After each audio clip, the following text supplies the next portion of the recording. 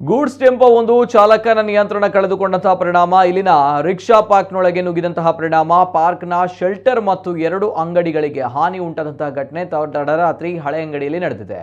ಘಟನೆಯಲ್ಲಿ ಯಾರಿಗೂ ಕೂಡ ಪ್ರಾಣಾಪಾಯವಾದ ವರದಿಯಾಗಿಲ್ಲ. ತಡರಾತ್ರಿ ಜೋರಾಗಿ ಮಳೆ ಬರ್ತಾ ಇದ್ದಂತಹ ಸಂದರ್ಭ ಟೆಂಪೋ ಹೆದ್ದಾರಿಯ ಪಕ್ಕದ ರಿಕ್ಷಾ ಪಾರ್ಕ್ ಹಿಂಭಾಗಕ್ಕೆ ನುಗ್ಗಿದೆ.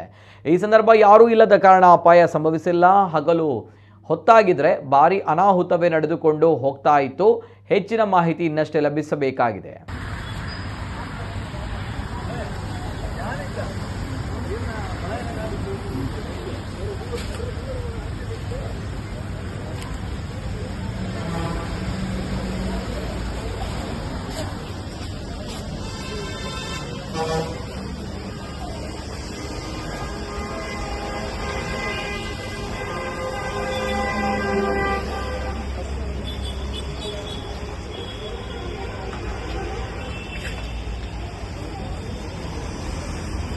ಅಣ್ಣ